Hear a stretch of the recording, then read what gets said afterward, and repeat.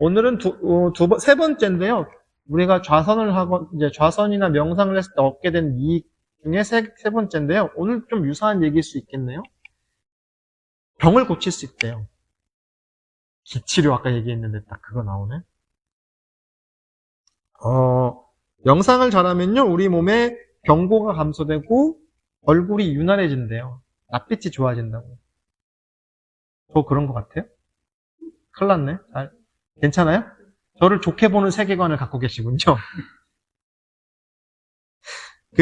실제로 명상에 대한 연구, 실제 논문 같은 건 워낙 요즘 많아요. 엄청 많아요.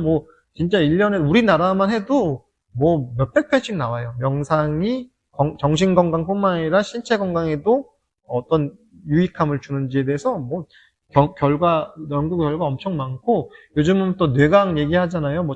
전두엽, 피질 이런 거 얘기하잖아요. 우리가 인간이 가장, 그러니까 상대적으로 다른 동물에 비해서 이 전두엽이 많이 발달해 있다는 거죠. 네. 그럼 거기서 명상을 했을 때 뭐가 활성화가 된다거나 이런 것들은 옛날에는 그냥 주장을 했지만 지금은 MRI 같은 거 찍으면 또 여기 활성화가 되는 게 그래프를 볼 수 있으니까. 그래서 명상 연구를 실제로 우리나라 카이스트에 명상과학연구원이 있어요, 실제로. 카이스트는 적어도 우리나라에서 최고의 과학 기술에 관한 최고의 대학이잖아요, 어쨌든. 거기서 명상과학연구소가 있어요, 실제. 거기 소장님이 스님이에요. 네. 명상을 과학적으로 연구하는 거예요. 옛날에는 명상을 하니까 좋더라, 이 정도만 얘기했는데 이제는 어떻게 좋더라고 하는 이성적인 근거, 과학적인 실험을 하는 거죠. 근데 명상을 오래 하면요, 당연히 우리 몸의 저항력이 상승하고요, 면역 체계가 강해지는 건 당연해요. 당연할 수밖에 없어요. 사실 이건 너무 당연해서 굳이 이제는 논문 살펴보지 않아도 너무 당연한 거예요.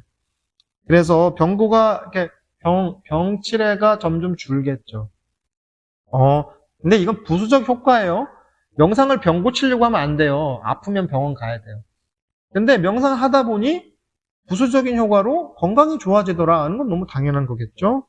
근데 우리가 명상 처음 하거나 이럴 때 왜 그럴 때 있죠. 괜히 안 아프던 데가 아픈 것 같고 욱신거리기도 하고 간지럽기도 하고 쑤시기도 해요. 왜 그러냐면 제가 전에도 말씀드린 것 같이 내가 무심결에 느끼지 못했던 게 가만히 주시하니까 드러나는 거예요. 원래 명상해서 아픈 게 아니라 딴 생각이 명상한다고 많이 나는 거 아니에요. 원래 갖고 있던 생각이 느리게 진행되는 명상의 과정 속에 툭툭툭 튀고 올라오는 거죠.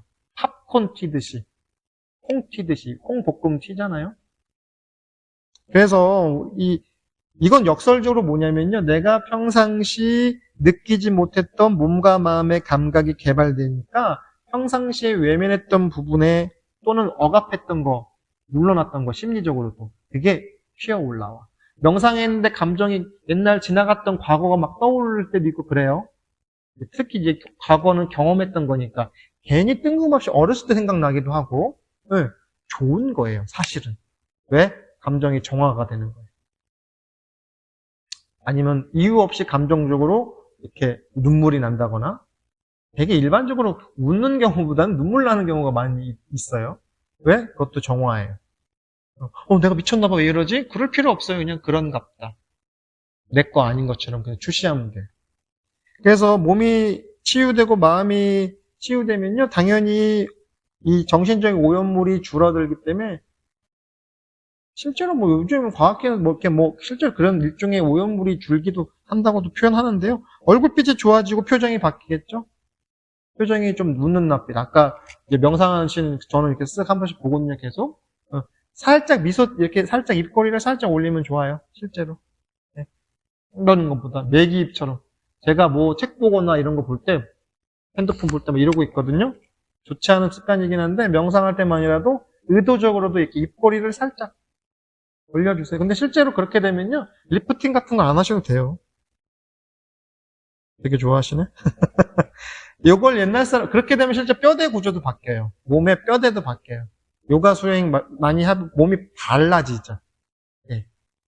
실제로 이 뼈대가 바뀌니까 실제 키가 늘기도 한대요. 몇 센치 정도는. 예. 근데 요걸 옛날 사람들이 환골탈태했다고 그래요. 환골탈태. 뼈를 바꾸고 태가 뭐냐면 아까 제가 얘기했던 그 잔디밭 가로질러 가는 오솔길 같은 거예요. 그게 태예요. 안 좋은 습관. 그거를 벗어나는 거예요. 그래서 이걸 환골탈태가 무슨 무협지 같은 데 보면 몇 갑자의 공력으로 환골탈 퇴가 아니에요. 태예요. 태에서 벗어난다는 거예요. 여기서 말하는 태는 굳은 습관을 의미해요. 굳은 습관이 바뀌어요. 그런데 몸만 그러냐? 아니, 정신적인 생각. 우리 정신도 고정화가 돼 있고 유형이 생겨버려서 그냥 생각이 생각대로 돼요. 평상시 하던 생각이 계속 나요, 사실은. 근데 이 명상을 하게 되면 생각이 바뀌어요. 그럴 수도 옛날에 절대 용납하지 못했던 것들이, 그리고 절대 나는 저런 인간들과 함께 못 가라는 게 점점 희미해져요. 그래서 명상이 잘 되는 게 사람이 막 꿋꿋해지는 게 아니에요. 유들유들해져요. 이렇게 활력이 생겨요. 정신적으로. 플렉서블이 돼요. 잘 구부러지고, 그러니까 사람이 조금 바보스럽기도 하고, 어떤 면에서는. 그래서 꼿꼿한 선비 같은 게 명상가 아니에요. 사람이 약간 나사 빠진 듯 하기도 하고, 약간 이완되어 있는 것 같기도 하고. 그런데 집중해야 될 때는 탁 집중하는 사람이 되는 거예요. 옛날에 그 불교의 부처님을 상징하는 여러 가지 단어가 있어요. 그냥 우리가 부처님 그러는데, 불교에는 부처님이 10가지 이름이 있어요. 천인사, 세존, 조어장부 이런 게 있는데, 부처님을 열의 10호라고 그래요. 이름이 10개가 있대, 부처님한테. 근데 이게 되게 재밌어요, 이게. 조어장부라는 말이 있어요. 장부인데, 장부가, 대장부 할 때 장부거든요. 근데 자기를 잘 다스리는 사람이라고. 부처님을 뜻하는 조어장부란 말이 우리식으로 표현하면 자기 조절 잘하는 사람. 어떤 조절? 감정 조절 우선. 정서 조절, 감각 조절, 신체 조절. 자기를 잘 컨트롤하는 사람을 조어장부라고 불렀어요. 그래서 말씀드린 것처럼 우리의 마음의 병은 80, 90%가 어디서 오죠? 남편이 줘요? 내 속병의 80, 90%를 남편이 주는 거예요? 자식이 주는 겁니까? 마음이 주는 거죠. 심지어 요즘에는 영성서적 읽어보면은 내가 길을 걷다가 괜히 차가 와서 나를 들이받고 지나가는 것도 내가 불러들인 거라고까지도 얘기해요. 왜? 일체가 마음에서부터 일어난 거니까.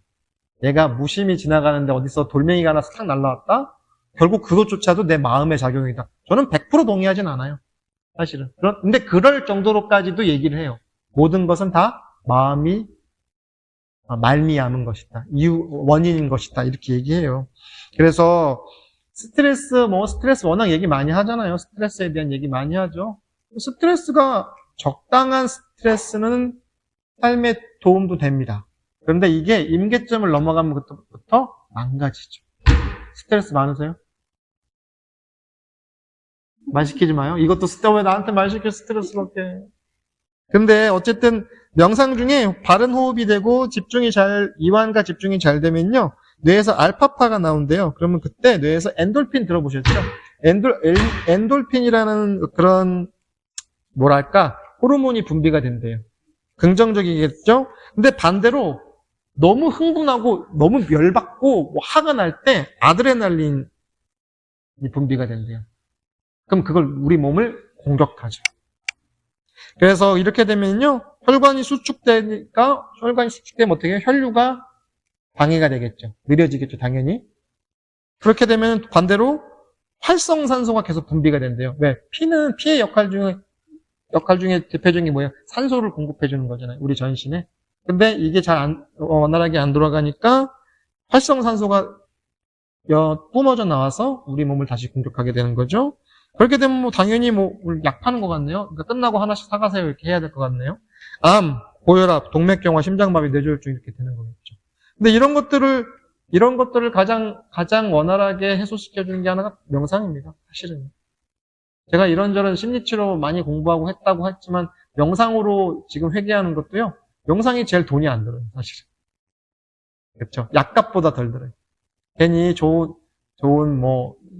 영양제 먹는 것도 좋은 방법이겠지만 아침 저녁 주무시기 전에 10분 정도라도 명상하는 게 약값보다 훨씬 싸게 먹힐 겁니다.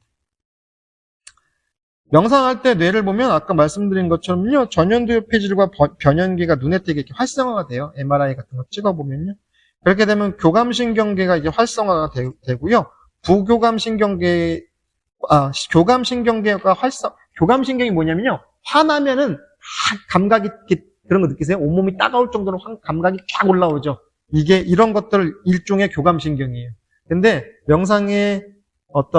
명상을 통해서 이완이 되고 긴장이 풀어지면요. 부교감신경계가 활성화가 돼요. 역으로. 교감신경계를 주저앉히고 부교감신경계가 활성화가 된다는 거죠. 그래서 명상은 뭐 만병통치까지라고 하면 너무 사기 같은데 충분한 대응제가 됩니다. 예방제가 되는 거죠. 기본적으로 아프면 병원 가는 게 기본입니다. 그런데 병원 치료 받고 약 드시면서 명상을 병행하면요, 훨씬 낫습니다. 저는 개인적으로 감기 몸살이 오는 느낌이 있죠. 감기가 오는 것 같다, 몸살이 날 것 같다 하면 저는 집중해서 일부러 선합니다. 네. 그러면요, 이렇게 약간 그러니까 느낌이 약간 뭐 벗어지는 것처럼 나을 때 있어요. 간혹. 그러면 이것 때문에 명상을 하는 걸까요? 아니에요. 그렇게 해도 감기 걸릴 때 있어요. 네. 좀 덜 앓겠죠. 상대적으로.